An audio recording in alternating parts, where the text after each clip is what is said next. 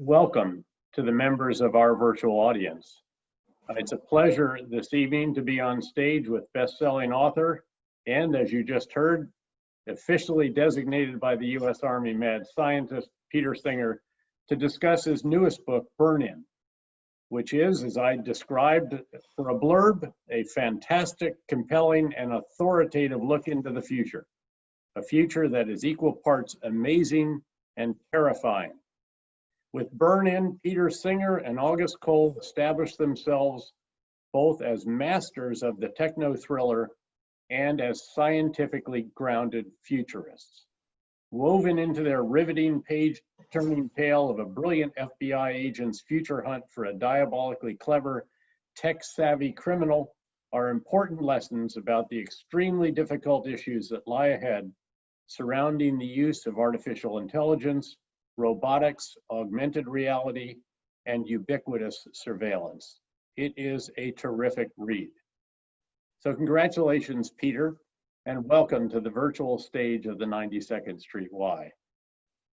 Well, thank you first for that incredibly generous and kind description of the book, but also to everyone who's joining us here remotely and all the people that help put together the logistics of it behind the scenes. You know, everything's quite difficult right now, but I truly do appreciate it. So thanks again. Well, thanks again for joining us. Perhaps we could start with you telling us a bit about the book and in particular the situation you developed to facilitate the introduction of the technologies and capabilities that are present in the future that you construct. Sure. So Burn-In, the title itself is taken from the idea of when you push a new technology to the breaking point in order to learn from it. And that's something that plays out in the book, but it also is in many ways what the book is trying to do. Burn-In is a different kind of novel. It's a cross of narrative and nonfiction. So it's a techno-thriller. It, as you mentioned, follows the story of a hunt for a terrorist through the streets of Washington, D.C. of the future. But baked into the story are over 300 explanations and predictions drawn from the real world with 27 pages of endnote research to document, hey, here's the reality behind it. So hopefully you get an entertaining read, but you also learn about everything from how does AI work? What are the planned applications of it by the police, by business, in your home? But most of all, what are the questions and dilemmas that we'll see play out in everything from politics to business to law, ethics? I'm a parent, so I think of it as a little bit like sneaking fruit and veggies into the morning smoothie. Just in this case, it's not a PowerPoint. It's the idea that the reader, takes away something intellectually nutritious from it. Well, that's certainly the case. In the subtitle, you talk about Real Robotic Revolution. What does that actually mean? So it's interesting, and one of the reasons for the book is that we're on the 100-year anniversary of the creation of the word robot itself. It was conceived in a 1920 play called RUR, and in it, it was describing this fanciful concept of mechanical servants who then wised up and rised up. And so ever since you've had this idea of robots in this sort of, kill all humans narrative. And it's flowed through everything from, the Terminator, Matrix, but it's also hit the real world. We've seen it discussed in everything from the killer robots debate that's taken place within the Pentagon, but also on the floor of the UN. We see it in the massive research. There's over $5 billion worth of research around the idea of the existential threat from robots. Maybe there is that threat one day, but in my lifetime, it's more the issue of an industrial revolution. What does it mean to see real technologies of AI, robotics, Internet of Things being woven into our world, rewire everything from the economy to all that draws from it, the military, society, the political ripple effects. And so that's what the book tries to do, is use a very different kind of fictional story. I'll plot spoil here. There's no robot uprising in it. But instead use that fictional story to help people visualize just what that world to come will be like. But there are some very, very smart robots. They They're are, but augmented apparently by artificial intelligence. There are robot that, in fact, for the FBI agent who really is the protagonist, the hero of this story, her companion is not a wingman in person, it's a robot wingman. yeah, and it's a couple of things that you draw out that are interesting about that. The first is the protagonist, the human protagonist, different than in most techno thrillers, is a woman, and it explores, you know, the balancing act that we all go through in our different identities. So, you know, she's a former Marine, actually playing a role that has just been created within the Marine squad units of a systems operator, turned FBI, but she's also a wife. She's also a mom. So she's dealing with everything from raising a 5-year-old to part of a marriage that's not doing all that well. And in the story, she's been assigned a TAMS. And TAMS, you know, you with your military background, we have to have acronyms for everything. So TAMS is short for Tactical Autonomous Mobility System. TAMS is basically taking again, the real world technology and moving the dial slightly forward. So on the software side, it's basically the equivalent of your Alexa or your Siri, but also on the hardware side, it's where military robotics is headed next. Also, people might have seen, you know, the YouTube videos of the Boston Dynamics robots doing, you know, parkour or the like. And so TAMS is a technology, but it's also a character. And that hits another thing that you bring up is this idea of it's a wingman, it's a partner. And one of the themes of the book that we also have to figure out in the real world is instead of this sci-fi vision of there's one singular kind of robot or there's one singular super intelligence, we'll see robotics and AI in lots of different forms. And that means we also will have very different relationships with them. And some, it might be tasking it out to do a job. And other, it might be equivalent to a police officer and a dog. So it's with you, but you send it out. In other cases, it might be a human inside some kind of robotic system. You think of what's playing out in the military side, flying an F-22, you're not so much flying it, you're more managing the sensor data that it gathers. To a Tesla now, you're in it, but it's highly robotic. And then we've got the idea of a wingman, a partner. But what does that mean? And so we explore that. And one of the interesting things to me, and again, it's very sci-fi, but it's real, it draws out everything from what are we teaching our machines, because they're always learning. It's a different kind of technology. So there's a little bit of a parallel with like when you have kids, there's some things that you deliberately teach them, and then there's some things they just observe and maybe we don't want them to learn. But there's also how we relate to the machine. It's a technology, but we can't help ourselves from thinking about it as a character. And we see that in the story too. We live that in the real world. I'll admit I was having a bad coronavirus day a short while back, and I yelled at my Alexa. And it just, you know, I wouldn't yell. How did it respond? It didn't care. What it was is it was a timer I was setting to cook, and it wouldn't turn off the timer. And I said, you know, Alexa, stop. And it wouldn't stop. And it just kept going no matter how much I yelled. I think it knew it was making me angry. But, you know, we've seen this, and you probably observed this personally. We've seen this in war, and this was actually one of the inspirations for it. In Afghanistan, we had soldiers, actually Marines in this case, give a PackBot a military funeral. PackBot, you know, a system used to find roadside bombs. In Iraq, came across a case of somebody went after one of them to rescue. Under heavy machine gun fire, gotten stuck in mud. You would never give a Humvee a funeral. You would never rescue a Humvee, but they did. And this is for a robot that was remote controlled, didn't speak to you, didn't look like a person. And so, you know, move that forward, and we see how we think about this technology different. Also, of course, means it has very different effect on our economy, our politics, you name it. And you get into some of those, and I'll pursue a few of those without spoiling too many of the plots. But what's interesting is that the robot, in a sense, cares for the G-man or the G-woman here. You may recall where the robot senses that she's a bit hungry and certain vital signs are a bit low, and there's a robotic delivery of something, And it's actually been ordered by her robot wingman. And it hits, you know, we were talking before on this about one of the interesting things that you can do with novels versus nonfiction is that you can draw out larger themes from it. So Moby Dick is not really the story of a hunt for a whale, right? And so with this, there's certain themes that come out of it. One is this notion that we were talking about of the human and machine relationship and how we have to navigate that. Another is the theme of as we see technology proliferate around us, some of it robotics that are moving, some of it just woven into our streets, into our homes. It means that we proliferate out the sensors that are gathering data about us. And not just what we're doing at that point in time, but our entire life history.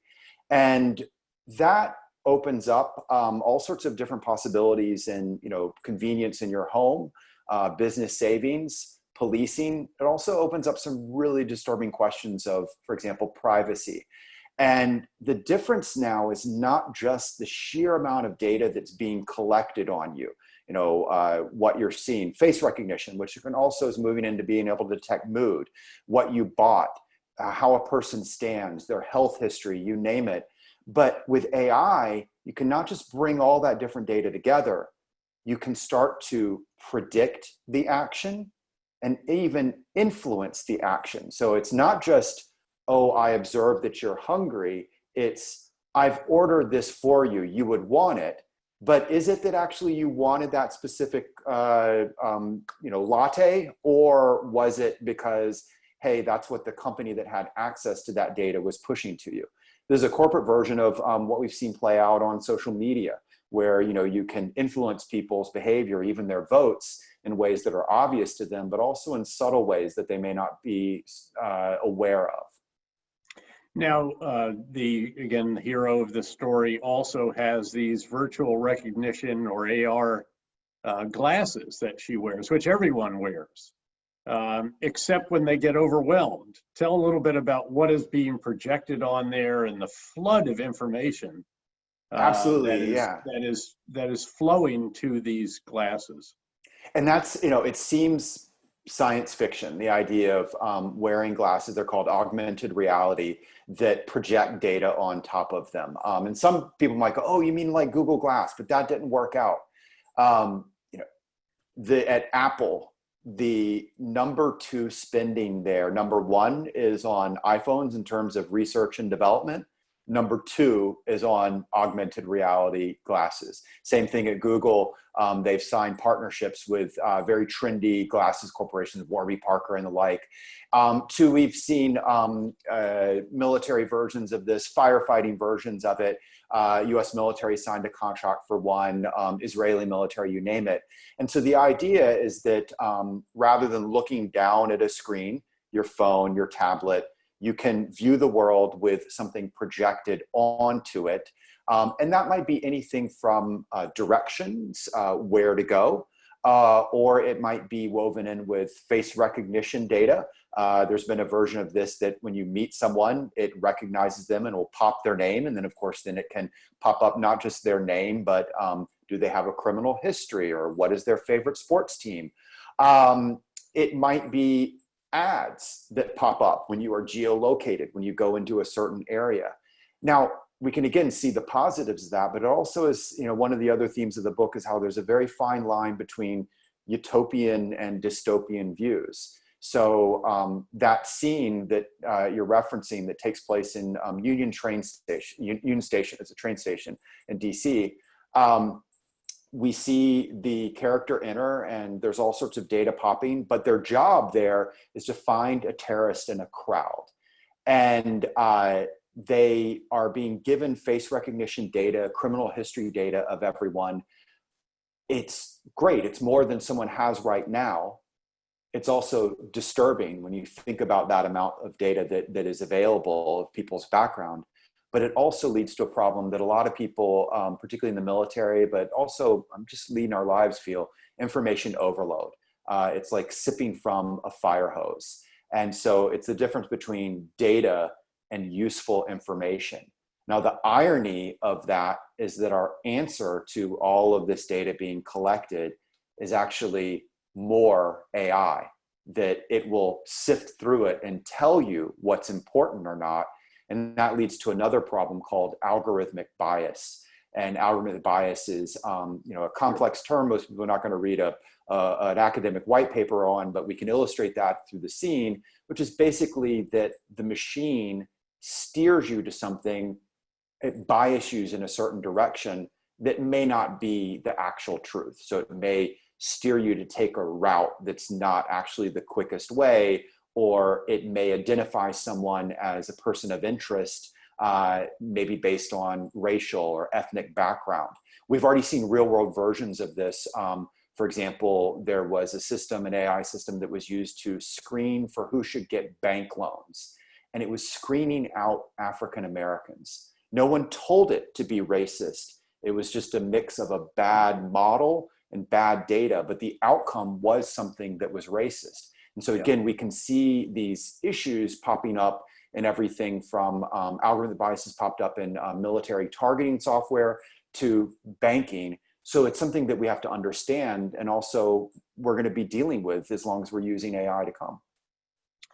And you cleverly construct a scene, again, without completely spoiling this, in that Union Station episode, where the crucial bit of information is actually not something projected on the screens. It's what the agent herself sees and recognizes is not compatible with the religion that the individual is portraying, which is really a wonderful twist, I thought. But let me go a bit further on this. Again, I don't think it's too much of a spoiler alert to note that the husband of the female FBI agent, who's very well educated, a Yale graduate law school and all that, but he has been replaced by a machine.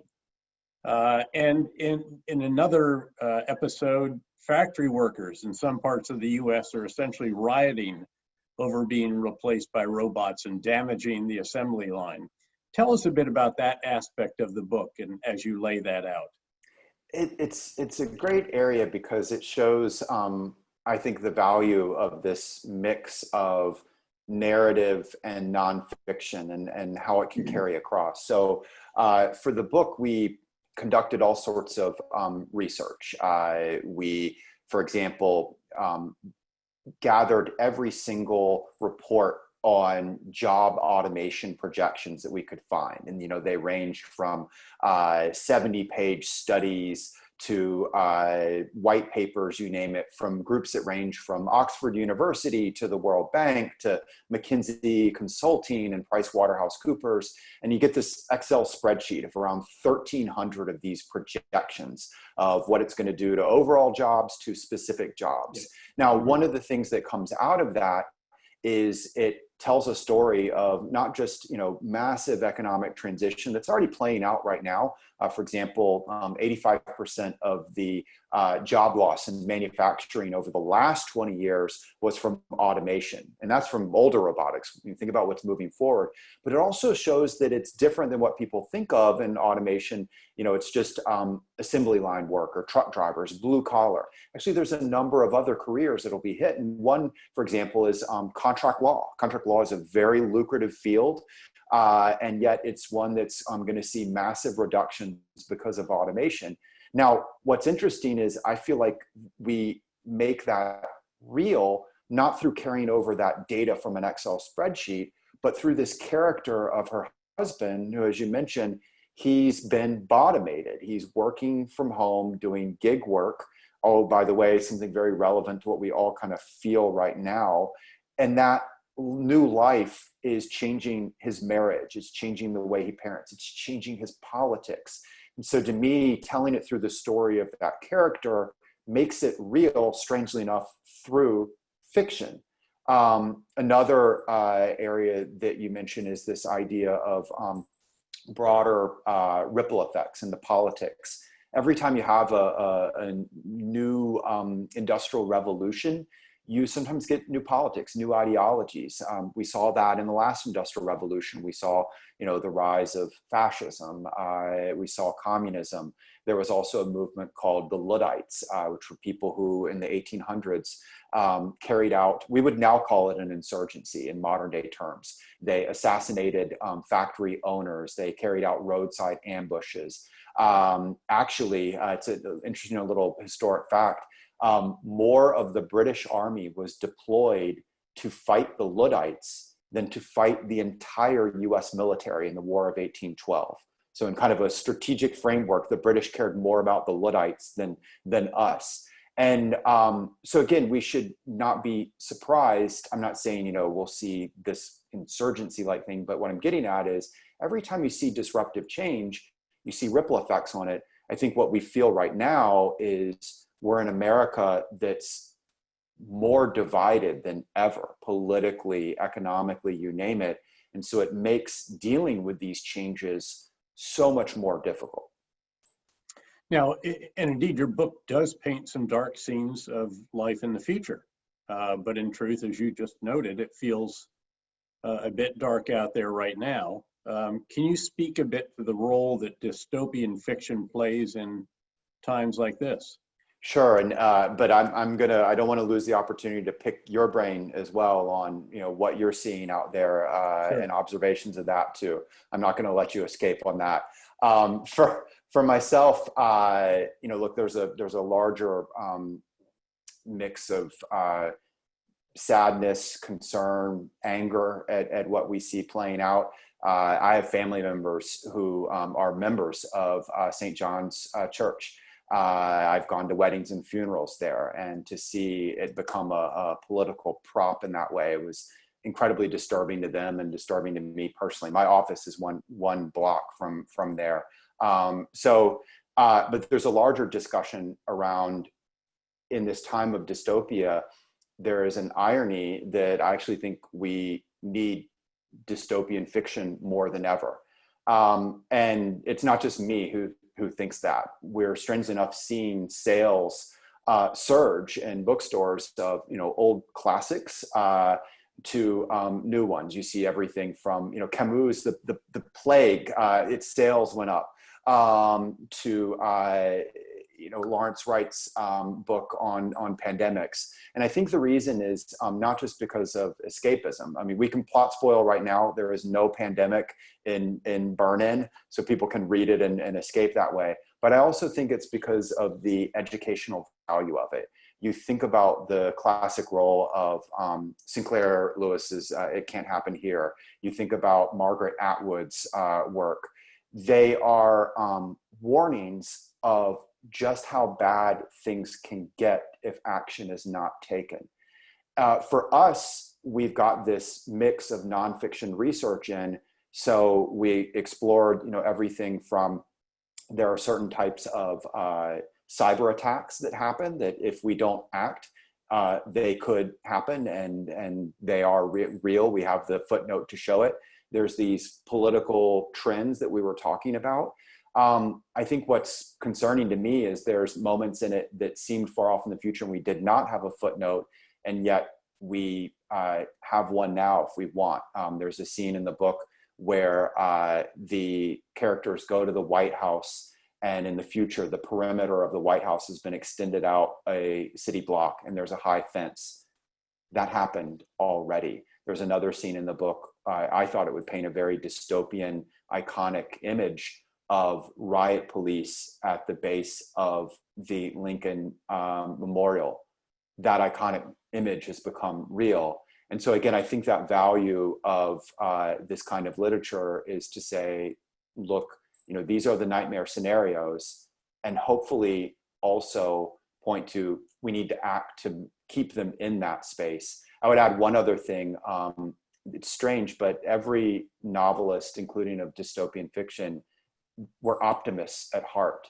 The story is always about a character's journey, and in dystopian ones, it's a story of perseverance. And that's something I think we all can take from today as well. Well, you asked, again, my reaction, and I must say that at the end of the day, I'm an optimist as well, even though I would refuse when I was commanding the surge in Iraq to identify as either an optimist or pessimist, I used to say I was a realist, and reality in Iraq was all hard all the time, but that hard was not hopeless. I have been struck by a number of the observations. First of all, Eugene Robinson, obviously an African-American and Pulitzer Prize winner and incredibly eloquent, who talked about these are the kinds of moments that where the political discussion obviously is getting very, very sort of close, scratchy, noisy, all the rest of this, but this is actually what has been necessary in the past to achieve progress, to gain recognition of what President Bush, who put out a fabulous statement, I thought, and you're aware my only social media, of course, is LinkedIn, but I very strongly supported the statement that he put out about how he and Laura are feeling the anger and the anguish and the wrongs of the past that have been illuminated by yet another terrible incident, obviously, in Minneapolis. And talking about the right of, again, expressing one's opinion and to peacefully protest and so forth. And again, a number of my colleagues really quite reluctant, and generally as I am as well, we generally feel that we shouldn't increase the challenges for those who are in our footsteps, if you will, who are in uniform today. But of course, Admiral Mullen made a very, very good statement. I very much share the concerns that he expressed, and indeed those that I think you just pointed out to me that General Mattis has just written about. And then I was, certainly concerned by the optics of that sojourn to St. John's, and again, the presence of our Secretary of Defense and Chairman of the Joint Chiefs. But I've actually been quite reassured today by the messages that Secretary Esper has put out, which I think are exactly right. And I wanted to read a quote just to make sure I get it right, with which I strongly agree, and again said so on LinkedIn, where he said the option to use active duty forces in a law enforcement role should only be used as a matter of last resort and only in the most urgent and dire of situations. We are not in one of those situations now. I do not support invoking the Insurrection Act. And again, I thought that was very, very good to hear, given the concerns that were created by some of the events of the previous 24 hours. But back, obviously, to your book. The future that you describe is one in which, as we've been discussing, there's just enormous data about each and every one of us available to those with the right tools to access it. Given the aversion of Americans to giving up their privacy, even though we all do when we Google or search or do anything online where there is always a digital footprint or digital dust left, but nonetheless, given the aversion of Americans to this, do you really think that Americans will accept such a situation as you have described in your techno-thriller nonfiction fiction? So I think what you're putting your finger on is also a larger competition of two very different visions of what it means for a future of almost incalculable data, but AI mining and combining it. You have the Chinese model, which is basically centralized government, not just leading the charge, choosing national corporate champions, but also saying you have to share all your data with me. And then using that data to track people on scale. And of course, like I was saying, using it to predict, but even influence them. For example, the social credit score system, where you would get a single score of your, and this is their description, trustworthiness in the eye of the government. And it would symbol everything from where you are, what you say online, but even, for example, if you buy diapers, your score goes up because you're a good parent. If you play video games for longer than an hour, your score goes down because you're goofing around. And not just your actions, but your network actions. If your brother-in-law complains about the food at a hospital, well, that hospital is city government run, your score goes down because he's not acting well. So then you go to him. And then using all of that data to create real world punishments and rewards. And they might be micro rewards. You get deals at a coffee shop. It might be macro ones.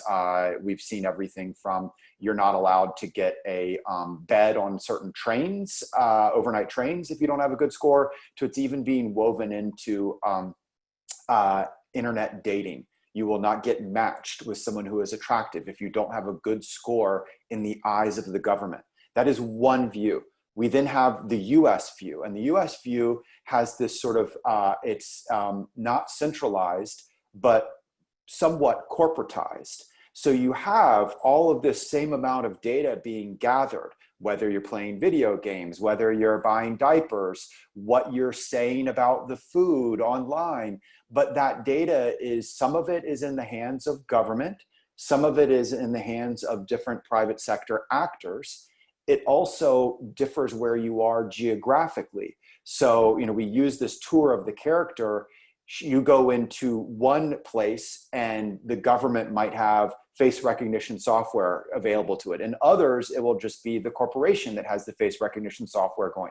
In others, there might be dead zones. And the dead zones might be because the local, for example, we've seen universities already say, we're not going to have face recognition on our campus. Or it might be dead zones because of inequality. You know, William Gibson, the science fiction writer, said that the future's here, it's just unevenly distributed. He was talking about sort of the distribution of technology, but it also might be in terms of income inequality. So there might be certain neighborhoods that are not as wired as others. And so I think in the US, you have this sort of cacophony. You also, one thing that you've certainly lived is even within government, I'm confident predicting that we'll still have government bureaucracy and our acquisition system won't be fixed. So different government agencies will have different, you know, technology levels, different access to data. And so that means, for example, when there's a crisis and different agencies show up, it's not going to be this sort of seamless exchange. And so that mix is very different. But I think the overall takeaway from it is that in the US, you have three poles on this. You have security, you have profit/convenience, and you have privacy. And each actor is choosing which within that triangle they care most about. So government might lean more towards security, but maybe it's pulled a little bit more towards privacy. Corporations, different. Each parent is going to have to decide. We already kind of do with our kids' apps. Do we care more about their enjoyment? Do we care more about their security? Do we care more about their privacy? And again, this is a kind of question that we weren't asking a generation ago that we all have to figure out right now. Just this conversation alone, much less the book, obviously reflect an extraordinary amount of knowledge about all of this. I'm sure the audience would be interested in hearing about how you actually do the research for such a book. Oh, it's much like you know, we were taught in school of use multiple different methodologies. So it might be gathering reports and books, but also just and this is a lesson for both fiction and nonfiction. All the technology, all the reports don't matter without the people. So it's interviews, and it might be interviews of, you know, we interviewed everything from AI scientists to people who worked on the water systems of Washington, D.C., because you can, in certain cases, discover things from cyber threat reports. And then there's what people tell you, you know, that aren't in the reports. A good example of that, I don't want to plot spoil too much, but spoke with a water systems expert who basically sort of walked us through how you could recreate the 1936 Washington, D.C. flood. And so for the viewers, you can go Google and see the images of it. Talk through how we could recreate that through cyber means by going after just a handful of valves. And in the middle of that, his wife yells out, "You don't know him that well. Don't tell him which valves." And we don't share that in the book, but it sort of, you get these moments. And then what's great about the research is then it informs the fiction, and I think makes it all the more compelling. So for that moment, this nightmare scenario, knowing that it could be real, I think drives it home. Or maybe it's a little detail that makes that character, you understand them a little bit better. One that you've probably lived as well is first time I went to the National Security Council, the old executive office building, and then went over to the White House. I had an experience that I carry through the character, where I'm being escorted, I'm meeting, off to meet these very important people, but my shoes were squeaking on the floor of the OEB because they're this old kind of marble floor. And then when we get to the White House, they stop squeaking because it's this thick carpet. And even though I was closer to the meeting and the important thing, I was less nervous because, well, my shoes weren't squeaking anymore. So it was a silly thing to think about at the time, but we're human, we do that. And so this little detail about, how the rugs are at the White House, you can share that, it's the way they really are, but also I think, drops you into the character the way they think. And a wonderful detail that I've experienced, as has everyone who's gone from the old EOB to the West Wing. One of your, not your last book, but your previous to last book, Ghost Fleet, a novel of the next World War, ended up doing more than just entertaining people. Tell a bit about how you ended up briefing different groups in different buildings in Washington. And the experience of Ghost Fleet is what actually drew us into this approach with Burn-In. So Ghost Fleet started as basically an effort to recreate for readers the feel that I had as a kid reading early Tom Clancy novels. And I'll date myself, but I read them in the back of my mom's station wagon, not in the seat, but in the backpack. We didn't have to wear seatbelts back then. But it was about giving that feel. But because of the background of myself and my co-author on it, August Cole, he was a Wall Street Journal defense reporter.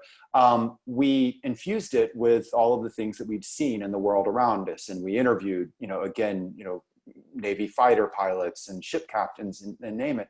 And the result is that the book did well. It was a summer read, but it also had real world impact, actually greater. It ended up on the military reading lists of a number of commanders around the world. It actually had more impact than all of my nonfiction books that had also been on those reading lists. I was asked to brief it, everywhere from the White House to the tank, the Joint Chiefs meeting room in the Pentagon. Actually added up out at military units, everywhere from JSOC to 82nd Airborne. It sparked multiple investigations, both within the Defense Department as well as the GAO.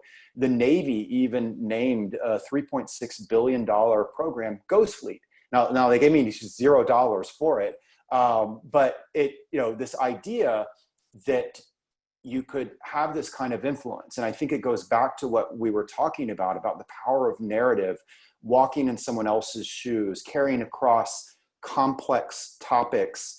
But it's also this idea that narrative is the oldest communication tool of all. Our brains are wired to take it in a way that, PowerPoints are only 30 years old.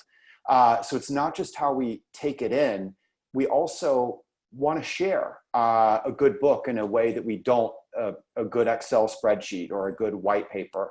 And so from that experience, we said, wow, can we not just do it again in terms of creating an entertaining read, but can we now bake it into the concept? So from the very start of Burn-In, from the research, the questions that we went after, to ooh, this is a really important point to share, that was part of the very concept of it, which I think makes it different than not just what we've done, but any kind of novel before. Mm-hmm. By the way, did you do a PowerPoint briefing for the chiefs when you went into the tank? I did not in that situation, and other ones I do. But the difference of my PowerPoints is I never use any text in them. They're only visuals. I think the problem with PowerPoint is bullet points. Yes. People read it. Of course. Yeah. So Yeah. I will use visuals. Yeah. And link to this book. People can get visuals of the like. But PowerPoint has a purpose, but there's different tools. A different way of thinking about it, I think hitting your career is that there's lots of different tools of communication. I need to be clear. I'm not saying don't do PowerPoints. I'm not saying don't do white papers. I'm an academic. I do these too. Same thing in the intelligence community. You have different forms of analysis. You have SIGINT, signals intelligence collection. You have human spies. We also have this idea that we call FICINT. And it's the idea of using narrative, but combining it with research to allow you to explore. It's a tool. Fictional intelligence. Yeah, or useful fiction. So has the FBI responded yet to your FICINT and asked you over to their headquarters for a debriefing? Not the FBI yet, but what's been interesting about this project, you and I are talking, it's only been out a couple of days, but already, part of it, we shared early copies with lots of people. Mm-hmm. And already we've done briefings on the real world lessons of it to organizations like NATO, US Air Force, NSA/Cyber Command, Australian Defence Forces, a group of tech CISOs, they're security officers for tech companies. One of the other things that's interesting about it is it actually has already been woven into a major congressional report. There is the Cyber Solarium Commission. Yeah, I was going to ask you about that. You wrote the foreword or preface or something like that. Yeah. Tell us a bit about that. And I mean, first of all, how did they come to you to ask you to do that? And then tell a bit about what it is that you lay out to set the stage for the Solarium Commission report. Yeah, so for people who aren't familiar with it, the Solarium is a bipartisan commission. It's one of the few bipartisan things left. That was two great members of Congress are the co-chairs, Senator Angus King and a congressman who actually worked for me, as a matter of fact, Mike Gallagher, when we were in Afghanistan together. Yeah, so so the commission, modeling after what played out during the Cold War, it's been tasked with rethinking all of U.S. cyber strategy. Now, they had two levels of nightmare scenarios for them. One is the worries of cyber attacks, and that's something that we explore in the Burn-In Project. But the second is a worry that their major commission report would experience the very same thing that happened to all of the other reports on terrorism before 9/11, that, there were commissions created, they warned of something, and then they were put on a shelf. And so they approached us, and we did the foreword to it, which draws on Burn-In, but instead of it being a traditional introduction, it puts the reader into the point of view of a congressional staffer who's writing legislation in the wake of the major cyber attacks that in the book we show can happen. And the idea is not just to communicate that data, but also, again, another thing that can be done with narrative is to put the reader in a certain emotional framework that makes them more likely to act. And so their reader targets in particular, beyond just the public, are members of Congress and staffers. And so you put them in this framework of, do you want to be like this staffer experiencing their nightmare scenario of writing legislation in the wake of all of these attacks? And then we even had the footnotes to the text is from the legislation post 9/11. The wording of it is the same. And so immediately after the reader feels that nightmare scenario, then they get the Solarium report of, this is what you can do so that you don't have to feel this way.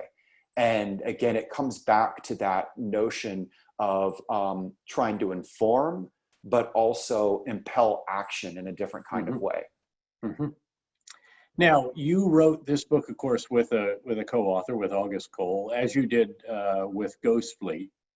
That's somewhat rare for novels, as I think about it. I'm hard pressed to think of any tandem pair out there that has written a series of these great kinds of novels.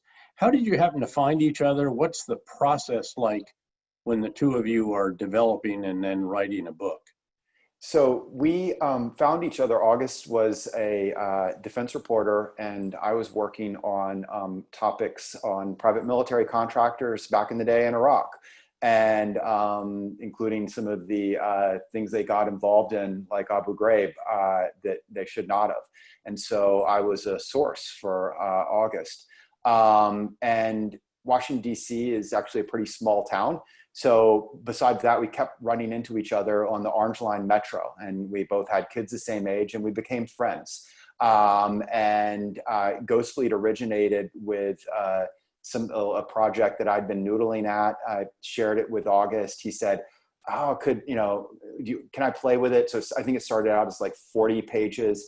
He turned it into 60 pages. I went, "Ooh, that's interesting." Turned it into 80 pages. And by the time we got it to 100 pages, we said, are we going to do this? And we sold it to publishers. And it's interesting because I guess because of our different backgrounds and approaches, we never knew this wasn't what you weren't supposed to do. But it's funny because, when we think about, writing novels, there's this, idea that the writer is supposed to, go off to a cabin in the woods and then come back after 6 months. But in other fields, in TV, they have a writer's room. They collaborate that way. And software is written as teams. And so for us, we've just found it to be how we do it. And we think it gives the best of both. One thing I should add by that idea of the back and forth is it's not done in the, you write that chapter, I'll write this chapter. Yeah. It's more a constant collaboration, sharing of joint drafts. We literally, if we're not in the room together, we'll have on speakerphone and we just kick ideas back and forth.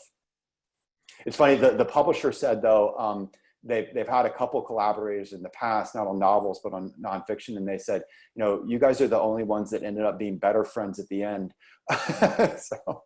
And you intend to continue to work with August on future books as I also look at the questions that will have come in here now, hopefully. We've had a blast, and it's had the impact that we've hoped for. So we hope to continue to do it.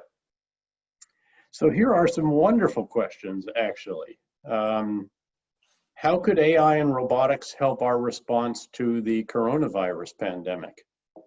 Oh, fantastic question. And it also shows, again, what you were asking about in terms of this notion of the real and the darkness playing out around us.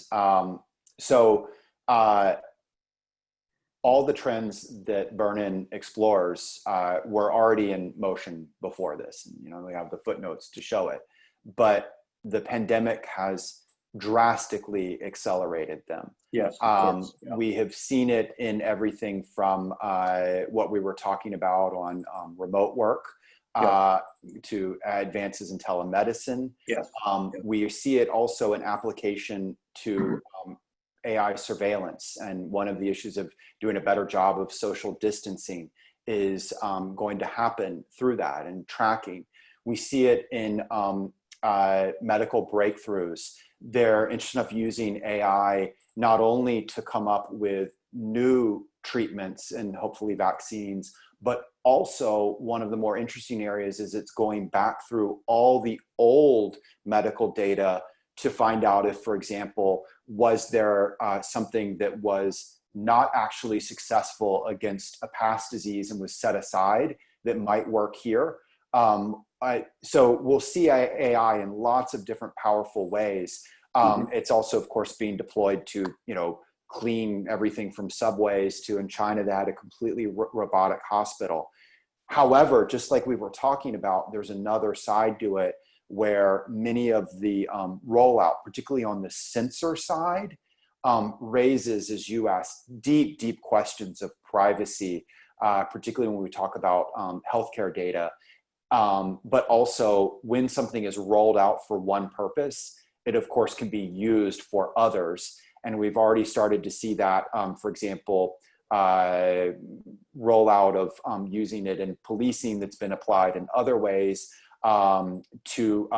We saw one tracker system was quietly sharing people's data with a private company.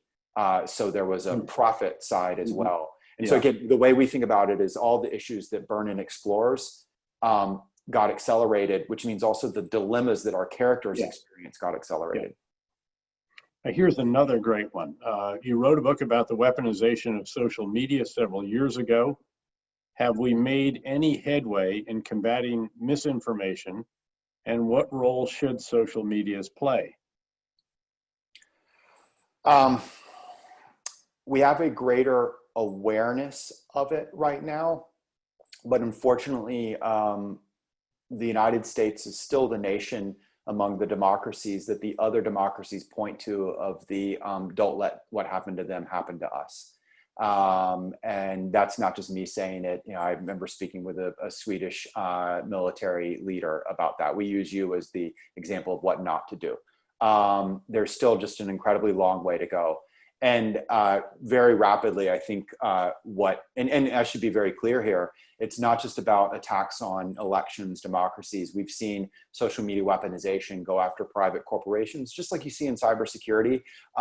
Everyone from Nike to Toyota is hit by these campaigns.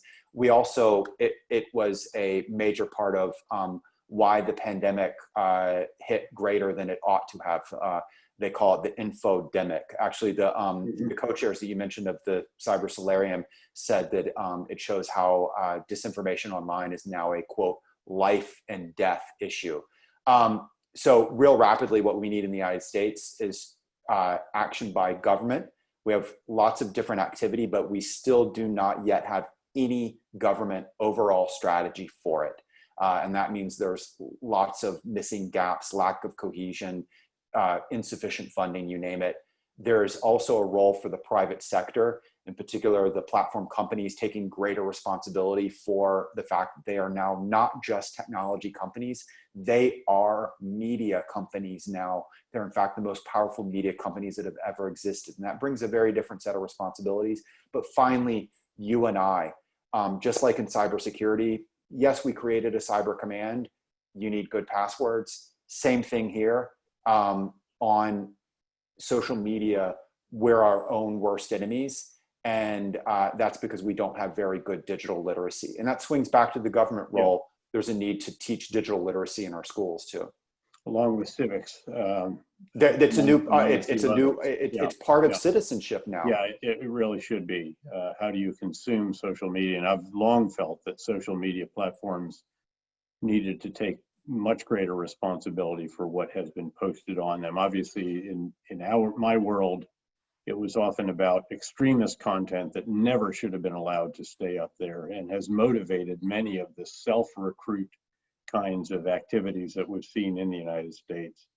Let me jump real quickly on that, because I should add just, notice how in no way, shape, or form did I say we needed governmental censorship. We can do these in democracies. The model of Estonia is a great one. But the challenge to the Burn-In topic is that AI is going to make all of this far more difficult, because it both increases the number of actors who can carry out, but it also makes the line between real and false blurry, including even issues like deep fakes, which are AI generated. And so we've got a scene in the book that depicts where I think this is both headed threat side, but also some of the responses to it. Yeah. Another quick one, and then just two final ones as we come down the home stretch. A member of the audience writes in, Ted Koppel claims our power grid is subject to sabotage and could be taken down. How realistic is his book about our power grid's vulnerabilities? Noting that, to be fair to him, this was written 3 or 4 years ago, as I recall. Yeah, So it's the problem of that we often deal with in cybersecurity. There are very, very real threats, but there is also sometimes pretty high levels of exaggeration. So that book, I think, pointed to there's very real threats to our power grid. However, the US system is one that's not centralized, and the ability to go after everything at once is just not there.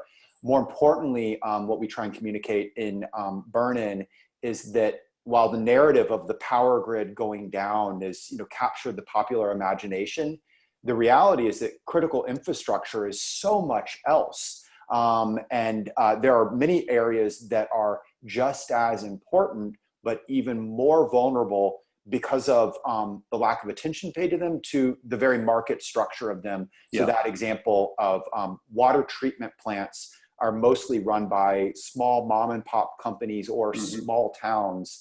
And they're quite vulnerable, to give an example.